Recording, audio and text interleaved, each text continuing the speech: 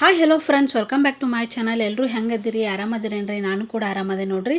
ಬರ್ರಿ ಇವತ್ತು ವಿಡಿಯೋನ ಸ್ಟಾರ್ಟ್ ಮಾಡ್ಕೊಂಡಿದ್ದೀನಿ. ಏನಪ್ಪ ಅಂತಂದ್ರೆ ಎಲ್ಲ ಪ್ರೆಗ್ನೆಂಟ್ ಲೇಡೀಸ್ಗೂ ನೋಡ್ರಿ, ತಾವು ಗರ್ಭಿಣಿ ಅಂತ ಗೊತ್ತಾದ ತಕ್ಷಣ ತಮ್ಮ ಹೊಟ್ಟೆಯೊಳಗಿರುವಂಥ ಮಗು ಹೆಣ್ಣೋ ಗಂಡೋ ಎಂಬ ಕುತೂಹಲ ಇದ್ದೇ ಇರ್ತದೆ. ಆದರೆ ಇವಾಗಿನ ನಮ್ಮ ಸಿಚುವೇಶನ್ ಒಳಗೆ ನೋಡ್ರಿ, ಹಾಸ್ಪಿಟ್ಲ್ ಒಳಗೆ ಎಲ್ಲ ಕೂಡ ಅದು ಗಂಡು ಹೆಣ್ಣು ಅಂತ ಹೇಳೋದಕ್ಕೆ ಸಾಧ್ಯನೇ ಇಲ್ಲ. ಆದರೂ ಕೂಡ ಹಿಂದಿನ ಕಾಲದೊಳಗೆ ನೋಡ್ರಿ, ಹಿರಿಯರು ಗರ್ಭಿಣಿ ಸ್ತ್ರೀಯಲ್ಲಾಗುವ ದೇಹದ ಬದಲಾವಣೆಯಿಂದ ಯಾವ ಮಗು ಆಗುತ್ತಂಥೇಳಿ 90% ಅಷ್ಟು ಕನ್ಫರ್ಮ್ ಮಾಡಿ ಹೇಳ್ತಿದ್ರು. ಆ 90% ಒಳಗೆ ಕೆಲವೊಂದಿಷ್ಟು ಲಕ್ಷಣಗಳನ್ನು ನಾನಿವತ್ತು ನಿಮ್ಮ ಜೊತೆ ಶೇರ್ ಮಾಡ್ಕೋತೀನಿ. ಇನ್ನೂ ಯಾರಾದರೂ ನನ್ನ ಚಾನಲ್ನ ಸಬ್ಸ್ಕ್ರೈಬ್ ಮಾಡದೆ ನೋಡ್ತಾ ಇದ್ದರೆ ಪ್ಲೀಸ್ ನನ್ನ ಚಾನಲ್ನ ಸಬ್ಸ್ಕ್ರೈಬ್ ಮಾಡ್ಕೊಂಡು ನೋಡಿರಿ, ಹಾಗೆ ಸಪೋರ್ಟ್ ಮಾಡಿರಿ.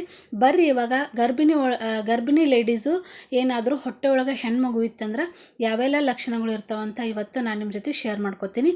ಮೊದಲನೇದಾಗಿ ನೋಡ್ರಿ, ಬೆಳಗ್ಗೆ ಹೊತ್ತು ವಾಮಿಟಿಂಗ್ ಇರ್ತದೆ ನೋಡ್ರಿ. ವಾಮಿಟಿಂಗು ಮತ್ತು ಸುಸ್ತು ಅನ್ನೋದು ಇರ್ತದಲ್ಲ, ನಾವೇನಾದರೂ ಹೆಣ್ಣು ಮಗುವನ್ನು ಗರ್ಭದಲ್ಲಿ ಹೊಂದಿದ್ದೀವಿ ಅಂದ್ರೆ ಜಾಸ್ತಿ ಆಗಿರುವಂಥ ವಾಮಿಟಿಂಗ್ ಇರ್ತದೆ ಮತ್ತು ಸ್ಮೆಲ್ ಕೂಡ ಆಗಿ ಬರ್ತಿರೋದಿಲ್ಲ.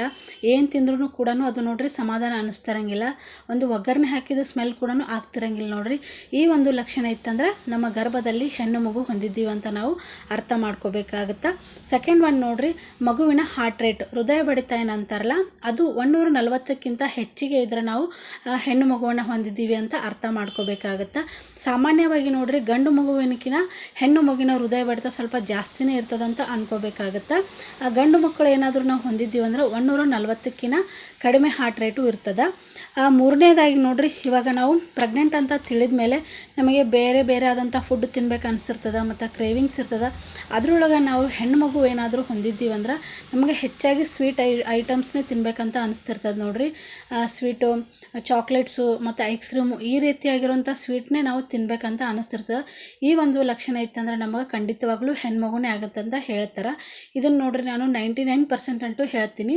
ಯಾಕಂದ್ರೆ ನನ್ನ 2 ಪ್ರೆಗ್ನೆನ್ಸಿಯಲ್ಲೂ ಕೂಡ ನನಗೆ ಸ್ವೀಟ್ ತಿನ್ಬೇಕಂತ ಅನಿಸಿತ್ತು. ಹಾಗಾಗಿ ಮತ್ತು ನಾವೇನಾದರೂ ಗಂಡು ಮಗುವನ್ನು ಹೊಂದಿದ್ದೀವಿ ಅಂತಂದ್ರೆ ನಮ್ಗೆ ಹುಳಿ, ಖಾರ ಈ ಥರ ಐಟಮ್ಸು ಮತ್ತು ಸ್ಪೈಸಿ ಐಟಮ್ಸ್ನ ತಿನ್ಬೇಕಂತ ಅನಿಸುತ್ತೆ.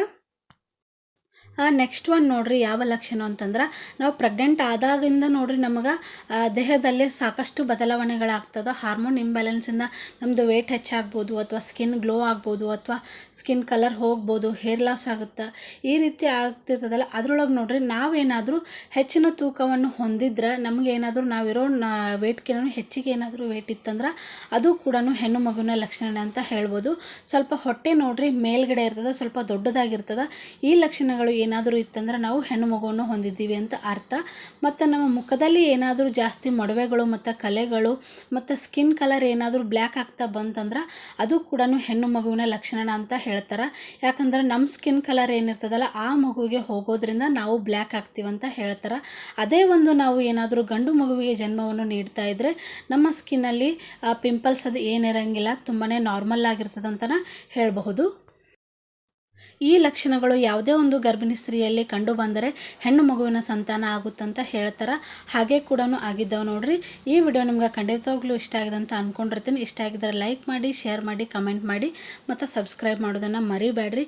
ಇದೇ ರೀತಿ ಮತ್ತೆ ಮುಂದಿನ ವಿಡಿಯೋದಲ್ಲಿ ಮತ್ತೆ ಭೇಟಿ ಆಗ್ತೀನಿ ಸ್ನೇಹಿತರೆ. ಬಾಯ್.